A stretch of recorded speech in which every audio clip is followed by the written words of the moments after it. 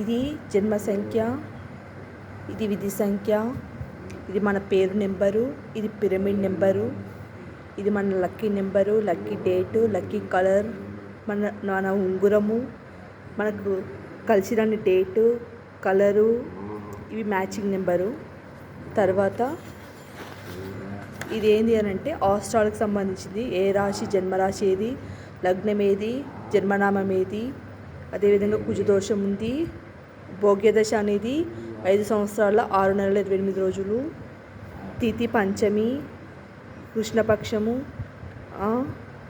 నక్షత్ర పాదం వచ్చేసి మృగశిర 1వ పాదము. ఈ విధంగా అన్నీ ఉంటాయి, అన్నీ చెప్పడం జరుగుతుంది.